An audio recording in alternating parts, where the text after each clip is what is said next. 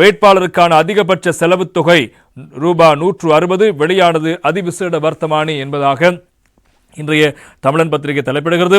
உள்ளூராட்சி மன்ற தேர்தலின் போது ஒவ்வொரு உள்ளூராட்சி நிறுவனங்களுக்கும் வேட்பாளர் ஒருவருக்கும் 74 முதல் 160 ரூபாய் வரையில் மாத்திரமே செலவு செய்ய முடியும் என அறிவித்து தேர்தல்கள் ஆணைக்குழுவால் அதிவிசேட வர்த்தமானி வெளியிடப்பட்டிருக்கிறது.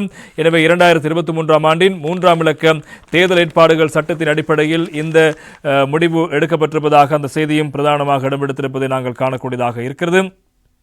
எனவே இந்த தேர்தல் செலவுகளை கையாளுகின்ற விதம் தொடர்பாக செலவின ஒழுங்குமுறை சட்டத்தினுடைய 3ஆம் பிரிவுக்கு அமைய இந்த வர்த்தமானி அறிவித்தல் கடந்த 23ஆம் தேதி தேர்தல் ஆணைக்குழுவின் தலைவர் RMAL ரத்நாயகவினால் வெளியிடப்பட்டிருக்கிறது.